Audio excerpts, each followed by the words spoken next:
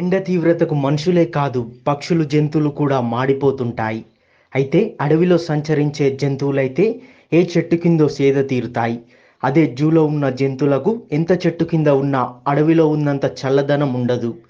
అందుకే వేసవిని దృష్టిలో పెట్టుకొని వరంగల్ జూ పార్కులో అధికారులు జంతు సంరక్షణ కోసం ప్రత్యేక ఏర్పాట్లు చేశారు. జూ పార్కులోని చిరుతపులి, ఎలుగుబంటి, జింకలకు ఎన్క్లోజర్లలో కూలర్లను ఏర్పాటు చేశారు. ఇతర జంతువులు, పక్షులు బాణుడి ప్రతాపాన్ని తట్టుకునేందుకు గ్రీన్ నెట్స్, తడక పందిర్లు, స్ప్రింక్లర్లను వినియోగిస్తున్నారు.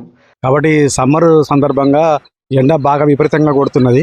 బయట ఉష్ణోగ్రతల కంటే ఇక్కడ ఒక 5% తక్కువ ఉండేటట్టు మేము ప్రయత్నం చేస్తున్నాము. ఈ లాన్ మెయింటెనెన్స్ కానీ ఎనిమల్స్లో కూడా మేము గ్రీన్ నెట్, తడకలు అవి తీసుకొచ్చి మరి స్ప్రింక్లర్ల ద్వారా వాటికి కూల్నెస్ ఏర్పాటు చేస్తాను. మనకు ముఖ్యంగా ఉన్నది చిరుతపులి ఉన్నది. చిరుతపులికి మేము స్ప్రింక్లర్స్ ఏర్పాటు చేసినాం, మరియు లోపల కూలర్లు కూడా ఏర్పాటు చేసినాం. సమ్మర్ సందర్భంగా దానికి ఎండ తగలకుండా నిరంతరం వాటర్ స్ప్రే కొడుతున్నాం. అదేవిధంగా ఎప్పటికప్పుడు షెడ్లపై నీటిని చల్లుతున్నట్లు ఫారెస్ట్ బీట్ ఆఫీసర్ అశోక్ తెలిపారు. అదేవిధంగా ఆహార నియమాలలో కూడా కొన్ని మార్పులు చేశామన్నారు. ఇంకా పోయిన సంవత్సరం కంటే ఈ సంవత్సరం ఇంకా ప్రత్యేక శ్రద్ధ వహించి ఇంకా ఎక్స్ట్రా ఐటమ్స్ తీసుకొచ్చి వాటి కూల్నెస్ కోసం ఏర్పాటు చేస్తున్నాం. మరియు అదేవిధంగా సమ్మర్ సందర్భంగా మనకు బాగా వేడి ఉంటుంది కాబట్టి ఈ యొక్క ఎలుగుబంట్లకి ఇట్లా పుచ్చకాయ లాంటిది, వాటర్ మిలన్ లాంటి మనం వేసుకుంటూ వాటి ఉష్ణోగ్రతను తగ్గించే ప్రయత్నం చేస్తున్నాము.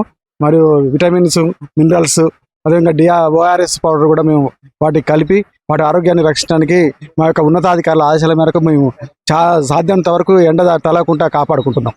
గత ఇయర్స్ కంటే ఈ ఇయర్ మరి ముందే మేము ఇంకా ఎండలకు రాకముందే ముందు జాగ్రత్తగా ఉన్నతాధికారుల ఆశలతోటి మా CCF గారు, మా DFO గారు ముందే తగిన జాగ్రత్తలు తీసుకొని వాటి గ్రీన్ నెట్స్, షెడ్స్ అప్పటికంటే ఇంకా ఎక్స్ట్రా కొనుక్కొచ్చి మేము కూలర్స్ కూడా ఎక్స్ట్రా ఏర్పాటు చేసి వాటికి చల్లదనం కోసం ప్రయత్నం చేస్తున్నాం.